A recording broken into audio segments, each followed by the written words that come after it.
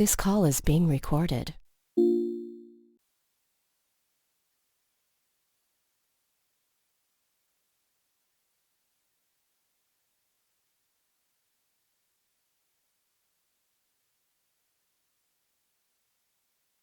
Hello. Hi, Hi, how are you doing? I'm all right. Oh, that's good. I'll try to keep this a little briefer than normal. Uh, we are proceeding. Do you have any thoughts, anything that's occurred to you first that you wanted to share? No. Okay. Well, all we'll do today is go back over. I've been doing some writing on uh, the crowdfunding part before we get to the other end to the Tribune part, and particularly the crowdfunding. What would be helpful to me, again, this gets tiresome for you, going over the same ground, was if your friend said you did crowdfunding and you say yes, and she said, well, tell me about it. How did it happen? So basically, I just wanted you to tell the story in your own words, the way you would to a friend. I'm trying to, get your voice. For just the entire story, or like the crowdfunding? Yeah, just go through the crowdfunding from the moment your father first announced to you that we're going to do this is what we're going to do. And I know it was a learning process for you both, to go through it from scratch, not knowing how it would come out, not knowing this and that and the other thing. You have to learn by doing, as they say. But if we get that, again, what I do in this is I try to write in your voice as best I sense it and understand it, because you are telling the story. And, we plug in details and everything like that, but it's your story to tell. And I've got a pretty good sense of your voice now, but it would help me if you sort of just went through it. And maybe I'll interrupt with questions as you go. All right. So for the first crowdfunding campaign, we started it after we made the video. Not exactly like right after, just like a few weeks after. We put up the video. My dad made the description. He set the amount of money we would need, and we were good to go for the crowdfunding campaign. And you had a video already made, you say? Yes. Again, I'm going over things and I apologize for being tiresome, things I already know. But in your own words, as much as possible, I'm trying to pull this together. You made that original, and again, I'm your friend who doesn't know anything about this, asking you questions. Why'd you make that first video before the crowdfunding? You just wanted to advertise it?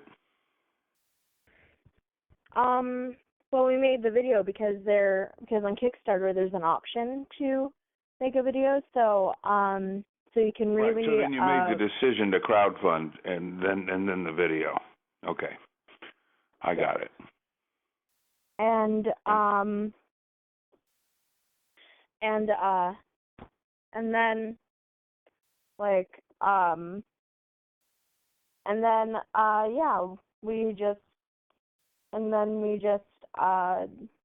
we waited for that amount of time, and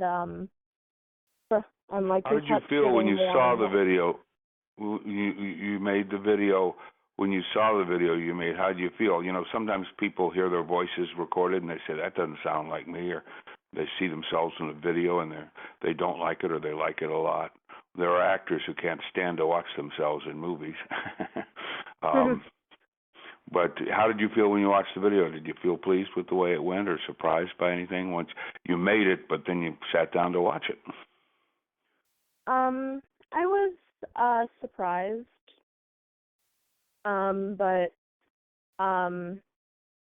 yeah, I was surprised. I definitely did not like the sound of my own voice. I think that's like a common theme with a lot of people, actually. But yes, it is. It's very common. It's far more common than not. People say, "Do I sound like that?"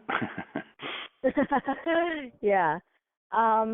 but yeah, it was pretty cool. That's what I was thinking. I thought that it was pretty cool, and I really, yeah.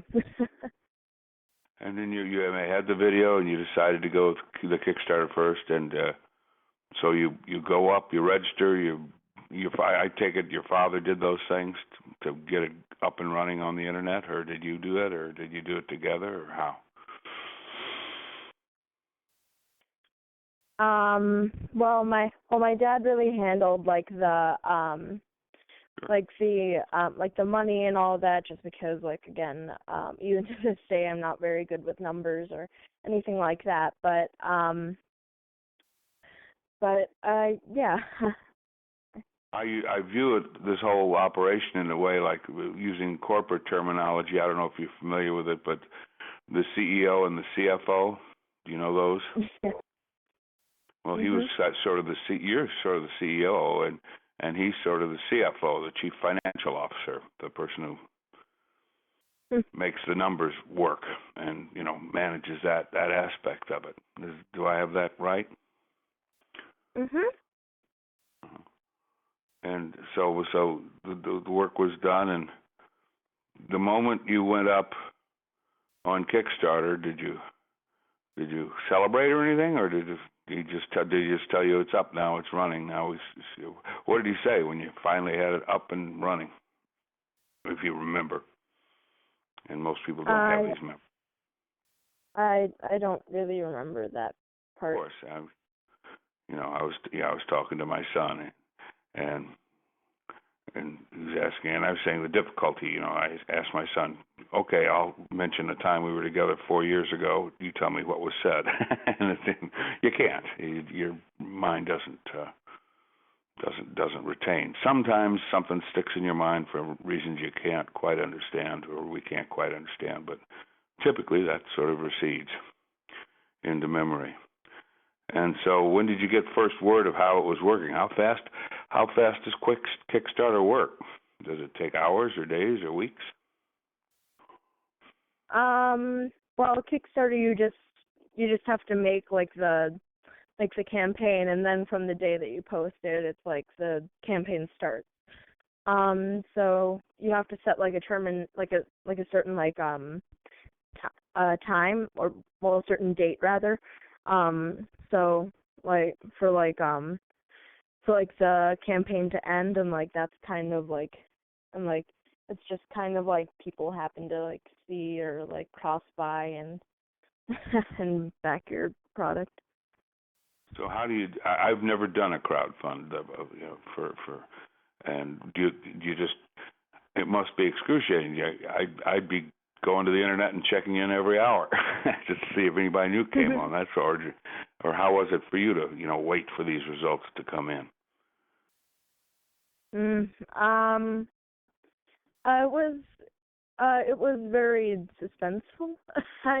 Honestly, it was, well, waiting to see like if we would reach our funding goal, and if we would be able to reach out to the, or even exceed it. Huh? Or even exceed the funding goal. Yeah, it's that happens. Yeah, I've been doing research in I've had to be doing research in Kickstarter and all that because I've never used it, and so I'm on a learning curve too, or was. And so you get and sometimes the goal is just not reached, and sometimes it's exceeded, but you reached your goal. Yeah, we did. And did you reach it before? Did you reach it more quickly than you thought you would, or was it?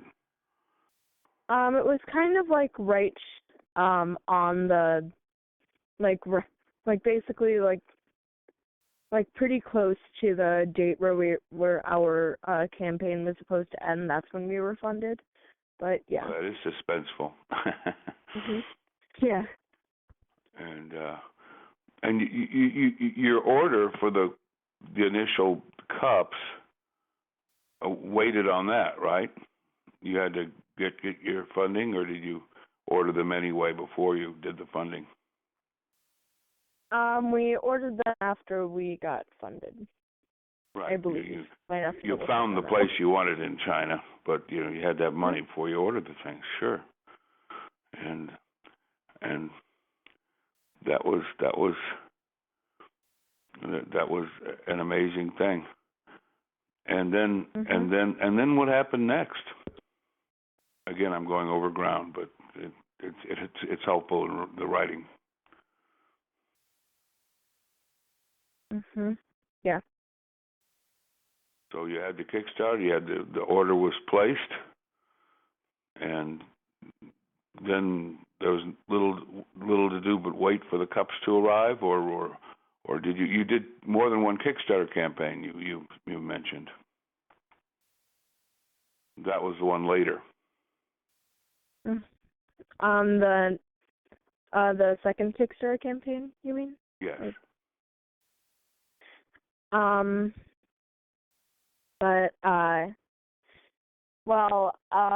The second Kickstarter campaign, we started it because we got a call from the Tonight Show, and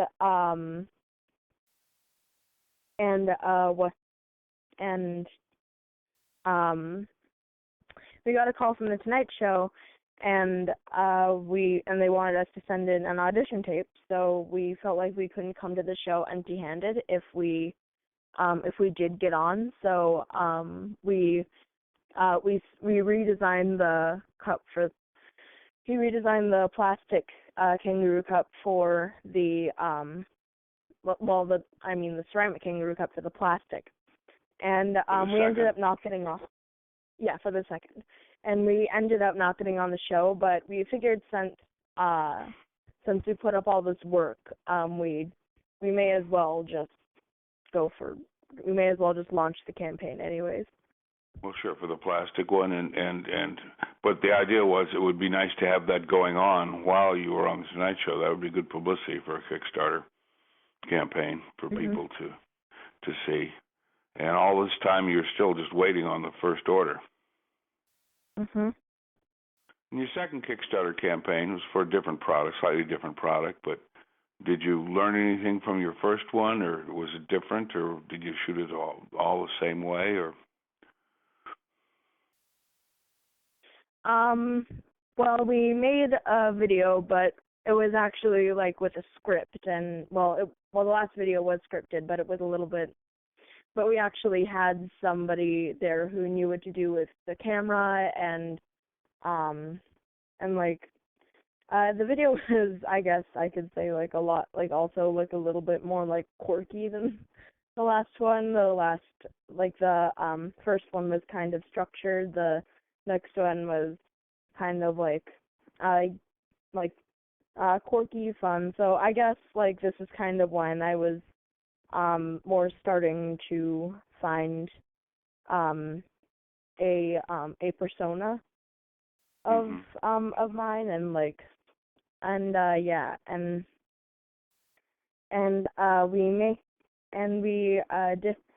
did the same thing. We went to Kickstarter, but this time we ended up raising over our funding goal. Well, that was helpful, and all of this was, and all of this was going to go to the plastic cups. Yes. Okay.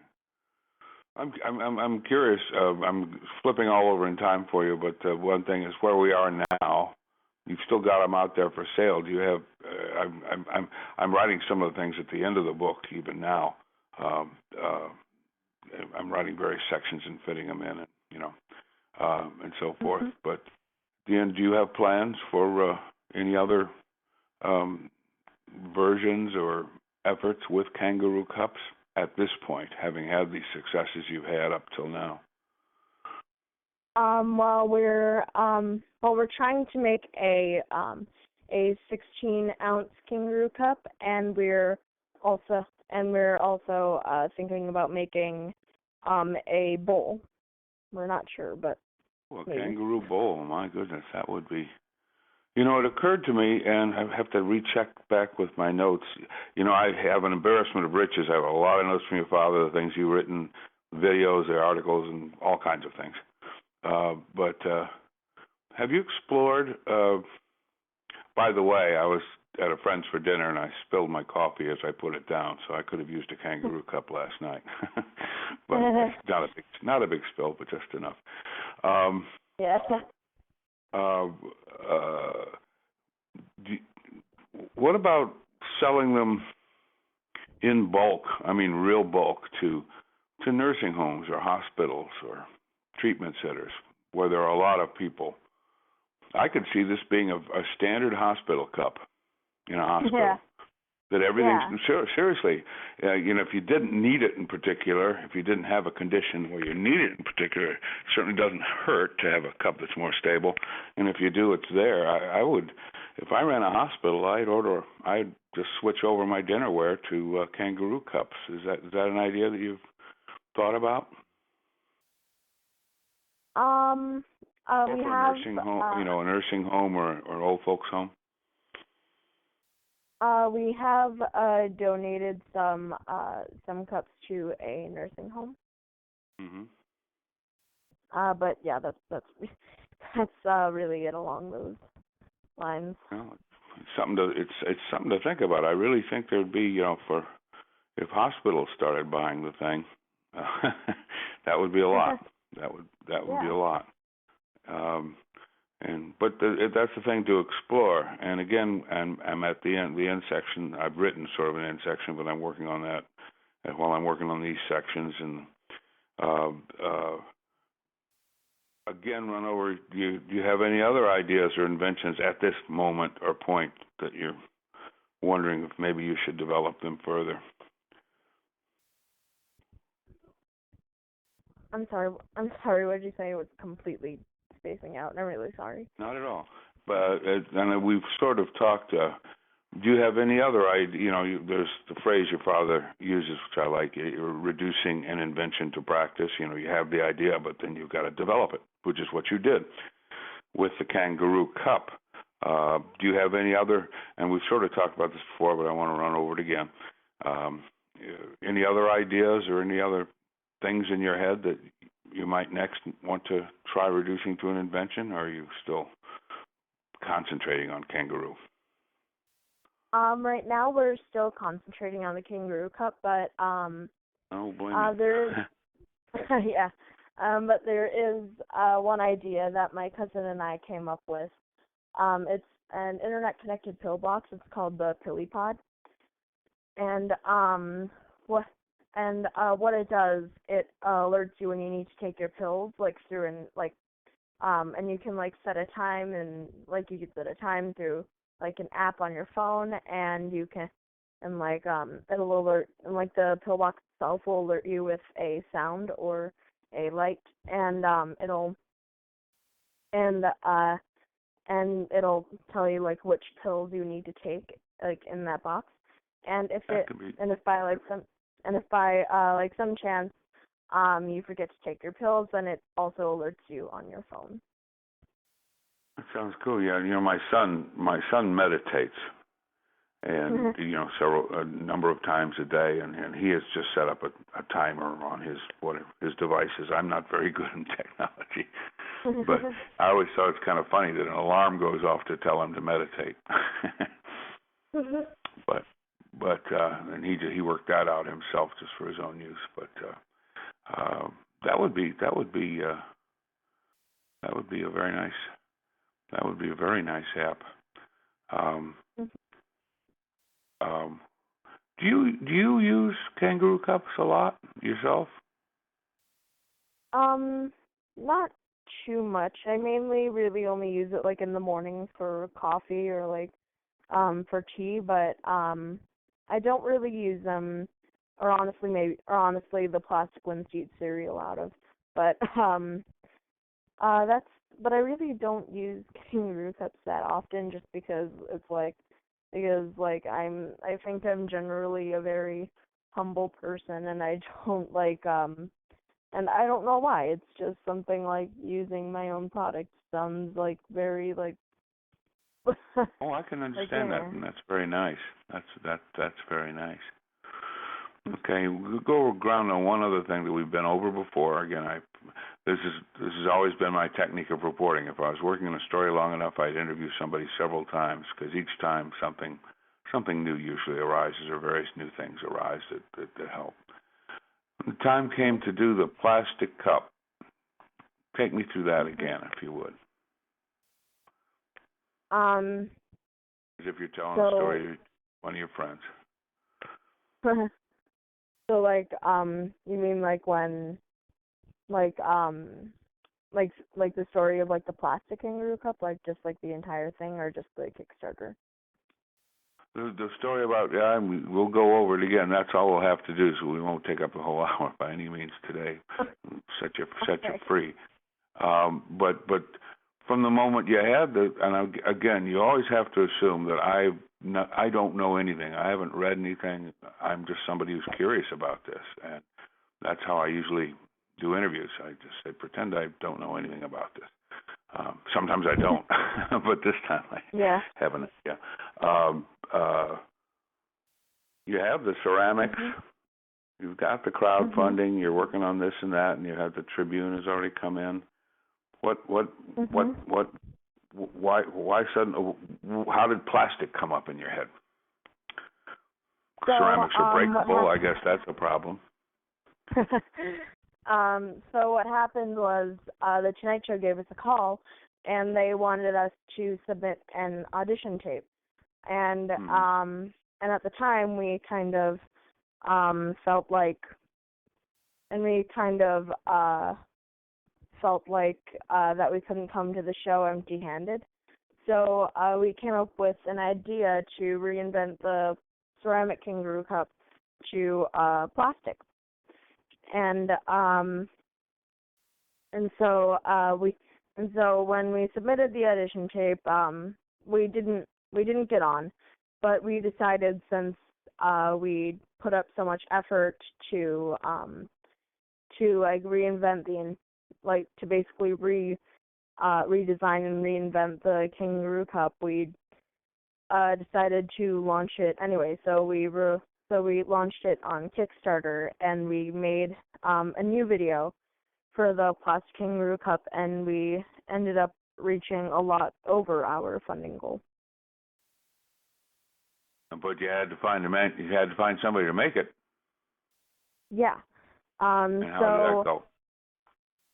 So at first we went with someone that was like sort of close by, but yeah, I remember that didn't work. Yeah, that didn't work. So we ended up going with somebody in California.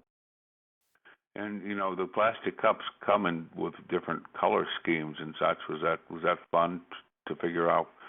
Aside from the utility of it, the shape, the design, the sturdiness, and such, just the design, was that a fun thing to do, or did you just take a bunch of colors, or how did that work out? Because I've got the plastic cups in the different color trim and such. Well, I mean, what we really wanted to do first was we really just wanted to make sure that that it would work. That first off, it would work.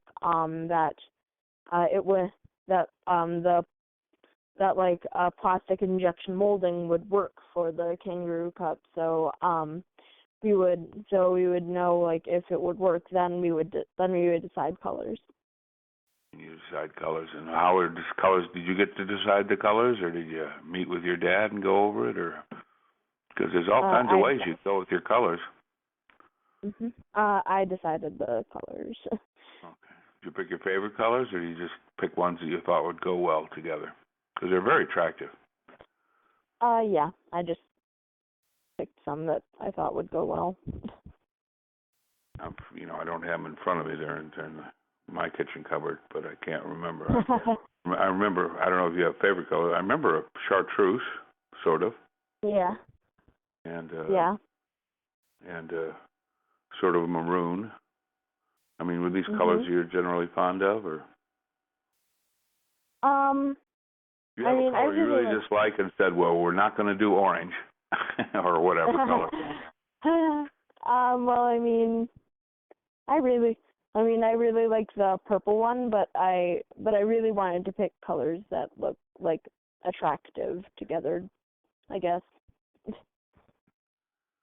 And restful. And then you'd already had the shipment of the ceramics, and gotten them out.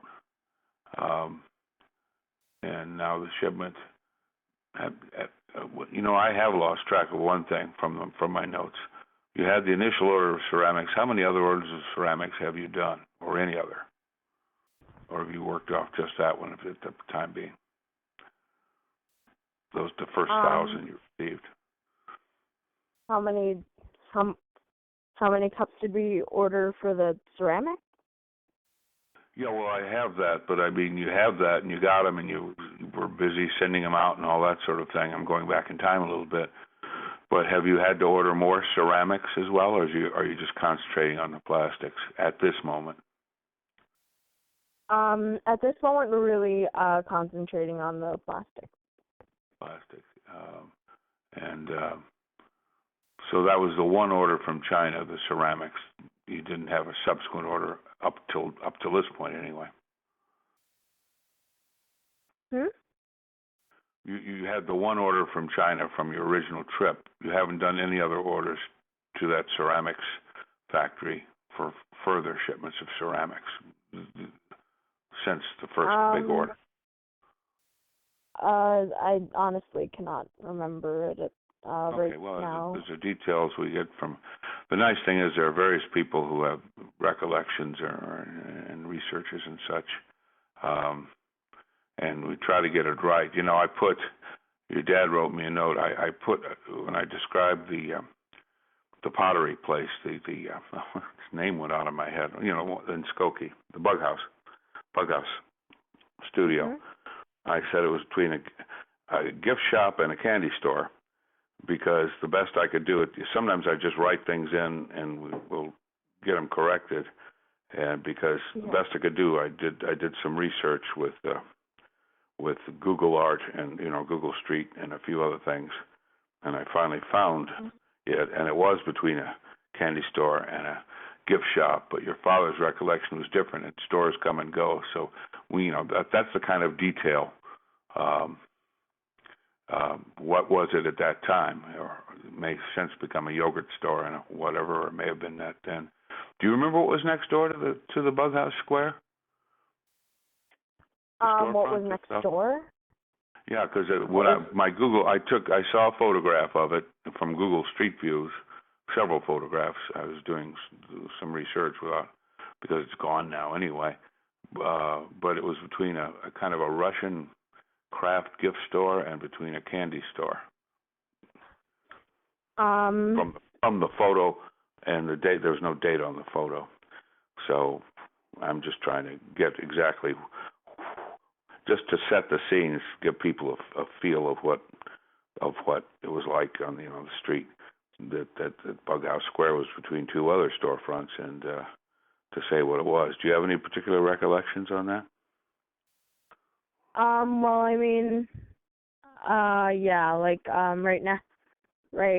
pretty sure.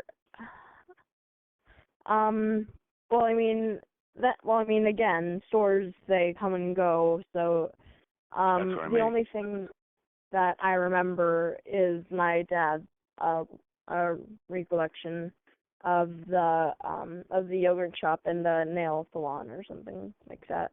Oh, that's fine. I'm just trying to get it right. The picture that I have may have been taken after, the time you spent at Bug House or before, and so that's the kind of checking we like. Check. And when I worked for the Sun-Times, every story had at least 4 different reads by 4 different people checking this and that and the other thing before it would go into print. So that's the kind of checking we like to do, and it's very helpful when your father brought up that kind of thing. If I get something wrong, or to refine a quote or things along that line. I think. By the way, is next Sunday good for you? Yeah. Okay. Next Sunday may be a little heavier.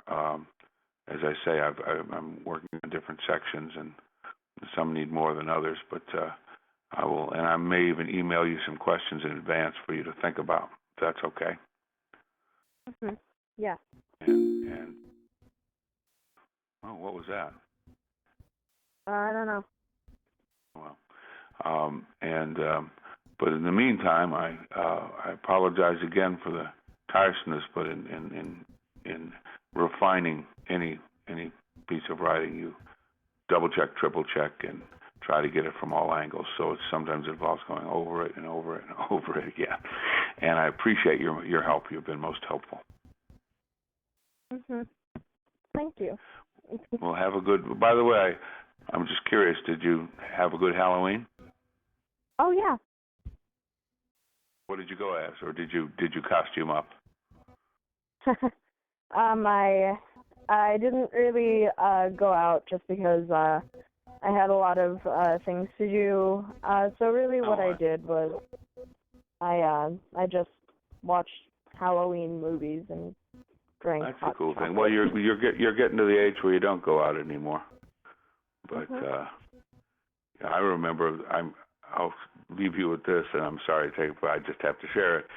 I shot up to 6'4" before I was 12. Oh. And so I'd be out trick or treating at the age of 11, and every mother, every person at every door I answered would say, "Aren't you a little old to be trick or treating?" Because I was 6'4". But I had to tell them, "No, I'm only 12." But anyway, that's my personal memory. Okay, well, I thank you so much for your time, and I'm going to go actually pour a cup of kangaroo coffee right now. All right. Thank you much, and have a good week. You too.